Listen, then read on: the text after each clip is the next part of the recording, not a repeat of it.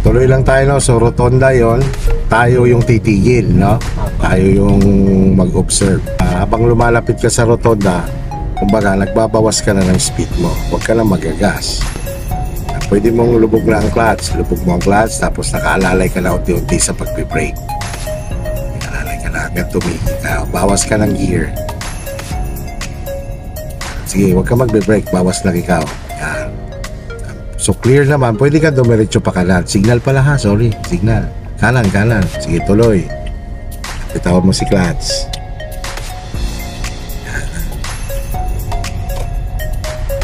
Yan. Gas up and then gear up. Tapos sarap, 40 lang ang takbo natin ha. Okay.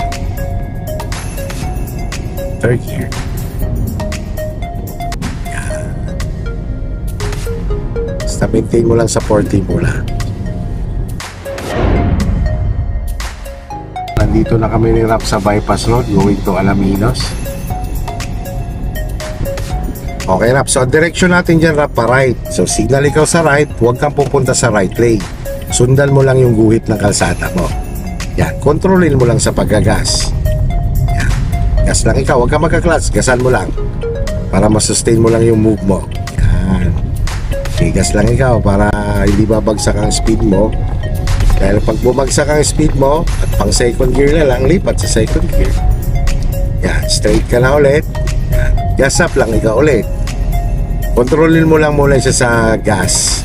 Huwag ka muna magdagdag ng gear kasi nasa residential area pa kasi tayo, kaya 40 lang tayo.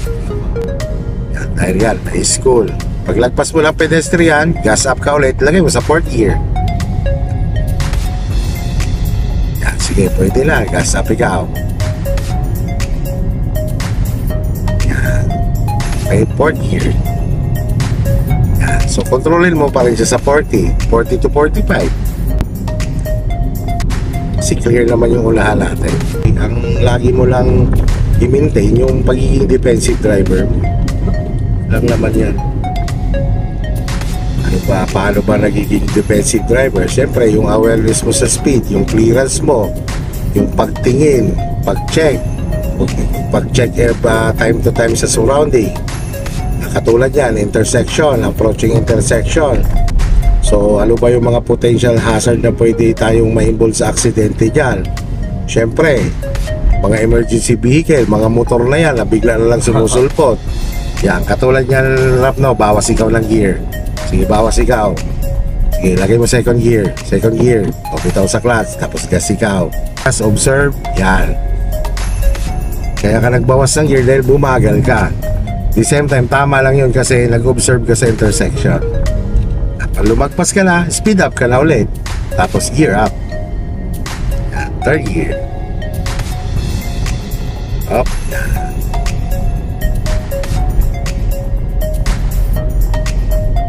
Fourth gear.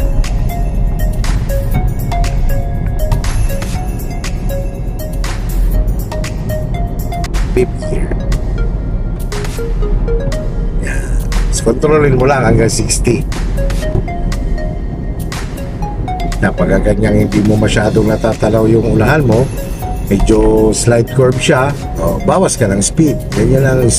Ganyan ang defensive driver. Hindi ka dapat na tumatakbo na sobrang bilis sa mga ganyang sitwasyon ng kalsada.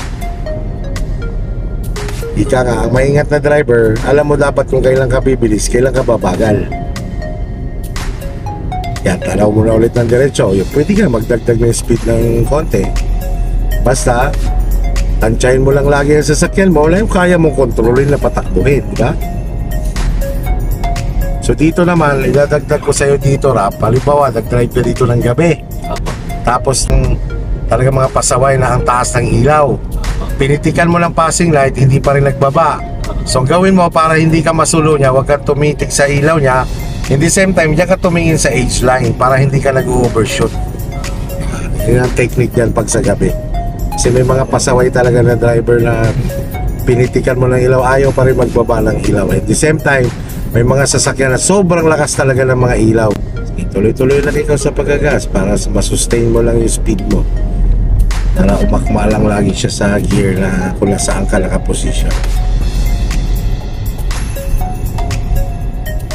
Mga galong overtake, yung alangan, yun ang wag mo i-practice dahil baka dumating sa point na yung matsyempohan ka ng bulaga ba?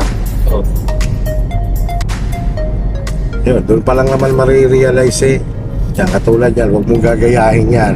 Yan, marunong lang mag-drive pero hindi niya alam kung paano gamitin ang kalsada. No, kasi ang overtaking lane sa ganitong klase ng kalsada nasa right. Kasi tingnan mo, nasa right ang broken line. Kasi nga, kumbaga tulad nito, 3 lanes na siya, diba? So solid line yan, solid white line. Ibig sabihin yan, boundary yan eh ng magkasalubong na kalsada. So karapatan yan nila, hindi tayo dapat napunta dyan. Kasi nga, mayroon lang nga tayong 3 linya, ipupunta ka pa dun sa kanila, di ba? Tapos dito naman, ito, bypass road. Hindi ito expressway. So kapag nandito ka sa inner lane, dapat ang speed mo, katulad yan, more than 60 tayo, okay lang yan. Pero kapag ang speed mo is nasa 40 o less than 40, dapat nasa outer lane ka. Since na tayo naman ay takbo natin ng 60 o more than 60, okay na tayo mag-stay dito.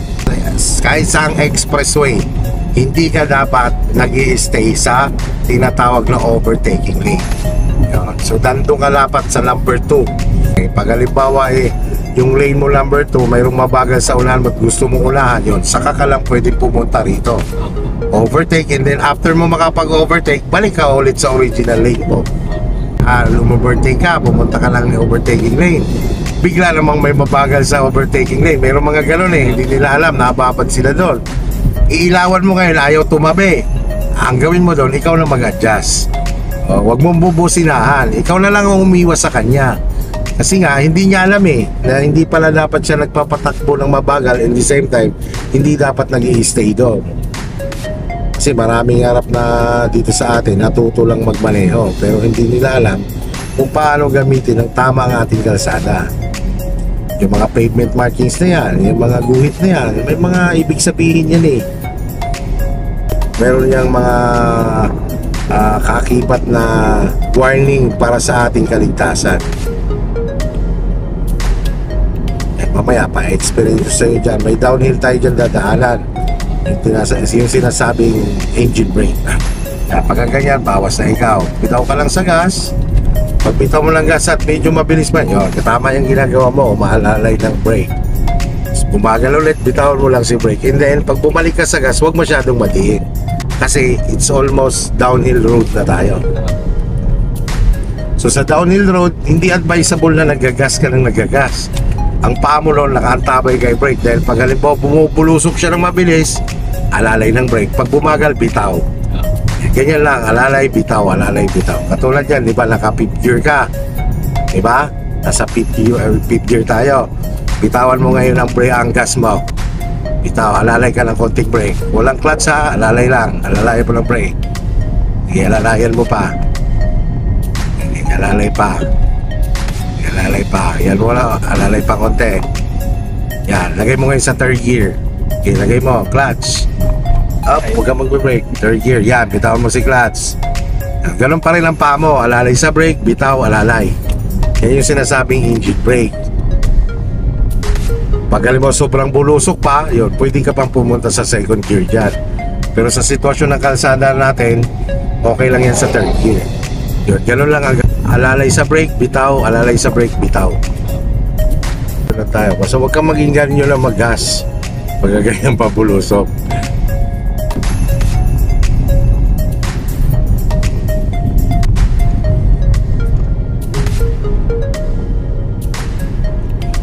Bibilis, alalay.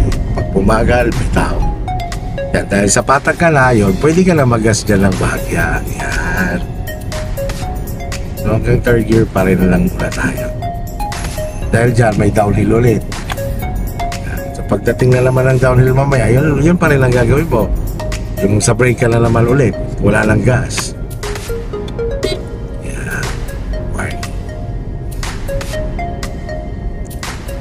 Downhill road, chevron sign, yung mga warning sign sa kalsada. Okay, so uphill naman po kami ngayon, ano? Okay, gas up lang ikaw. So So para mabigyan mo lang lakas, lipat mo sa third gear. Mabilisan na, lipat mo third gear. Yan, gas.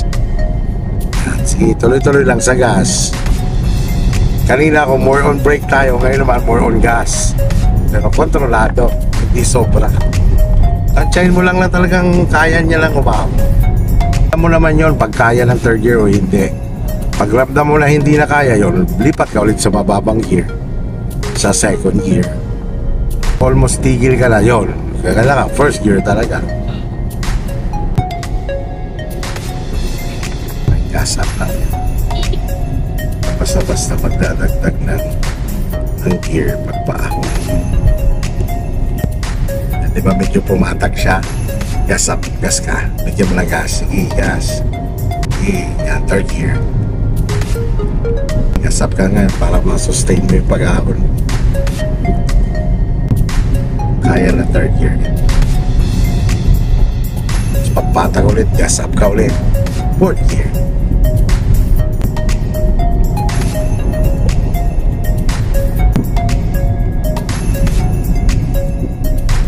Okay, pabalik na kami ng lipa ni Rap, no? Okay, Rap. So, thank you very much. Natapos yung day 1 mo, no? So, kumusta naman? Okay naman po. Pag nakuha na. So, ulitin ko, Rap, no? Thank you very much. Thank you sa tiwala mo kay Kuya Bigman mo. At bukas kasi, ibang instructor ang hawak sa'yo, ha? So, kung ano yung natutunan mo, develop mo lang yan, ha? Tuloy-tuloy lang sa pagdadrive. Bukas, baka ibang sasakyan lang gagamitin mo, yung Mirage namin. So, sasabihin ko rin naman dun sa hahawak sa'yo na i-repress ka rin sa footwork mo na kasi ibang sasakyan yun. Okay, sige. Thank you very much ulit, ha? Okay.